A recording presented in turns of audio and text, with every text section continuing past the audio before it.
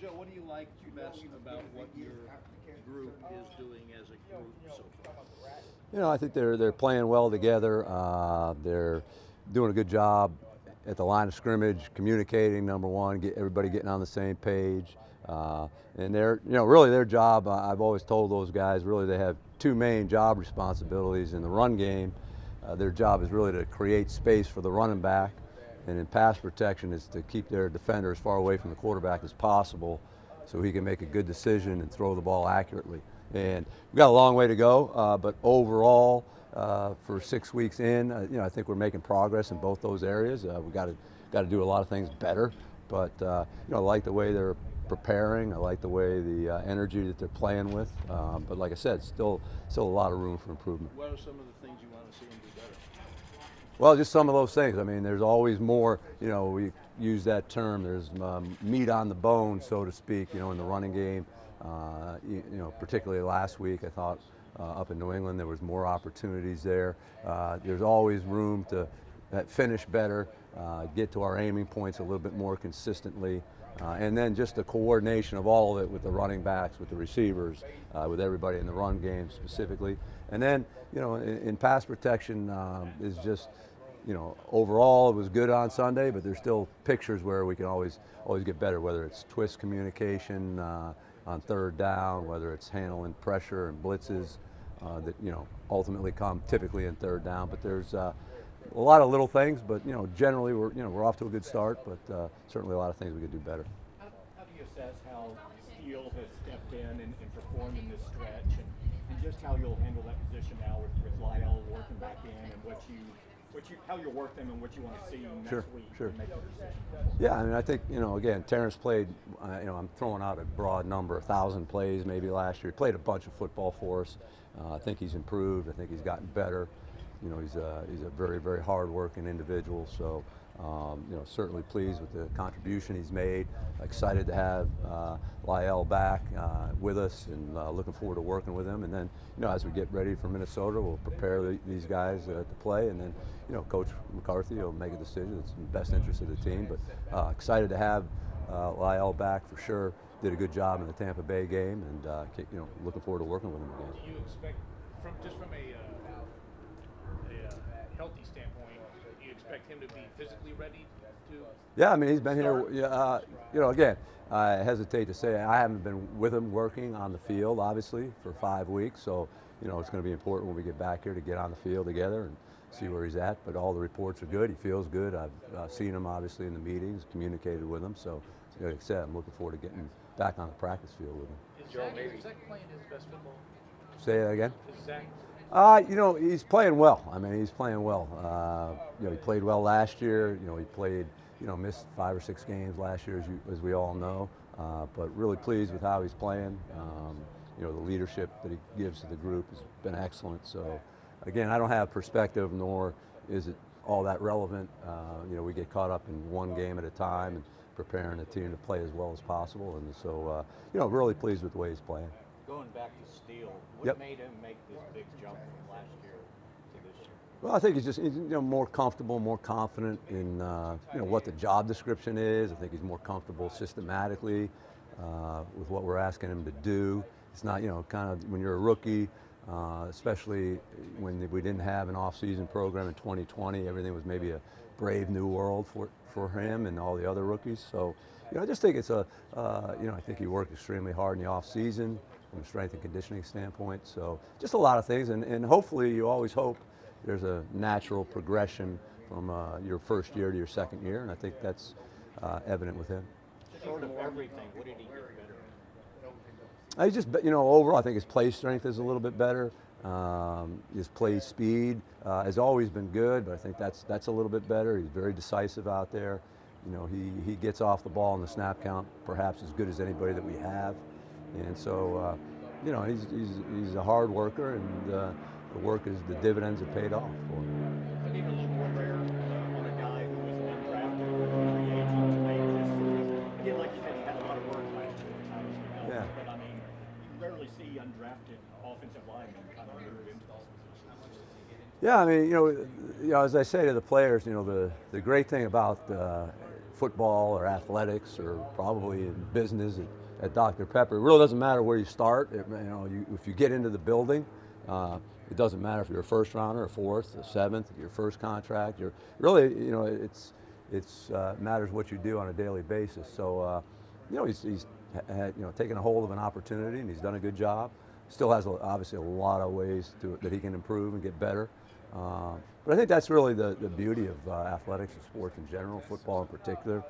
It doesn't matter. I mean, right now it doesn't matter how many Pro Bowls Zach or Tyron have been to. You got to go out there every Sunday and you get challenged. And the one thing about being an offensive lineman, you're in a physical confrontation every single snap, and you got to be ready for that. And so, Joe, whether you've been in charge of a program or a position coach, do you have a traditional policy, maybe it applies specifically here or maybe generally, about guy can't lose his job if? Not necessarily. I mean, everything's case. Every situation I think in football is unique, and I think you just do it on a case-by-case basis, and you do the things that are the best interest of the football team, and I'm sure the coach at the end of the day, that's what the decisions that will be made. Is there a position flex here that comes into play? For instance, Terence Steele, is he a tackle and a tackle only?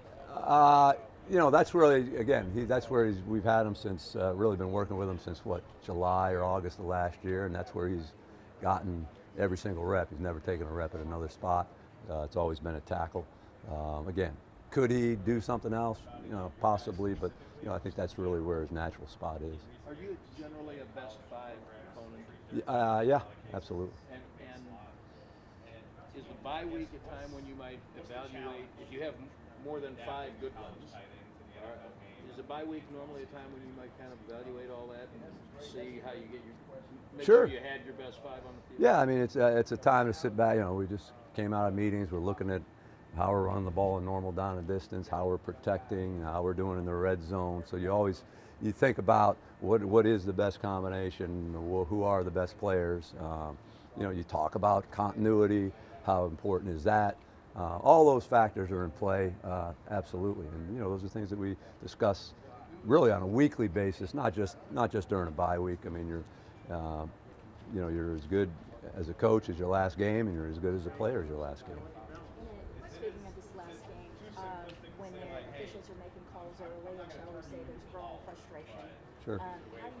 What are the coaching points on the sideline to that? Well, I was reminding myself to keep my composure and poise. You're not always going to look. Everybody has a tough job. It's a challenging job, and so we just got to rise above those things and keep playing and keep coaching and not get too caught up in it's a great call, it's a terrible call, all those things.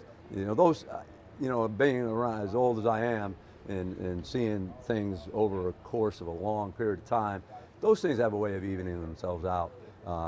Typically, usually even within the game, but sometimes over the long haul, they absolutely, I believe, work themselves out, both sides. So, yeah, I think it's just, the big thing, the message to the players was let's keep our composure, let's get back to the fundamentals, let's do the things we're, capable of doing, that we're taught to do, and let's do it consistently. And let's not get caught up in, this guy's, looking out, I have a bullseye on me, or he wants to get me. You got to play football. You got to kind of, sometimes things happen in a ball game. You got to overcome those things. They did notice Connor Williams, though. Again, there was some calls there, and you have to live with that. That's part of football. That's part of the game, and so. Is it almost like in baseball, like an umpire's gonna, everybody's got a little bit of a different strike zone? Yeah, well, that's one of the challenges of I think. The officiating in general, okay, there's 17 crews, I think, or 18, I don't know exactly the exact number, but there's a number of different crews, and they do as good a job as they can, making it as consistent as possible, but we're all different human beings, and we all see things, we have our own perspective on things, and while there's certainly, they do a good job of, hey, this is holding, this is unnecessary roughness, this is DPI, sometimes there's room for interpretation. And Is Tyron the victim of his own athletic ability sometimes with at least one of those holding calls? Yeah, I mean, I don't know about that. I mean, again, sometimes you just got to stay above the letter of the law, right? And I mean, maybe go above and beyond. Whether I think it was an egregious penalty or a penalty or not, at the end of the day, it gets called. It doesn't matter really. What matters is we're maybe in 1st and 20, and we got to get ourselves out of it. So, we just got to do a better job. Got to coach. I have to do, again, that, is a reflection of coaching as well. When there's that many penalties, obviously it's not all the players made 9 mistakes in the ball game. That's a reflection of coaching. I got to do a better job. What's your assessment of Tyler Biadasz so far this season?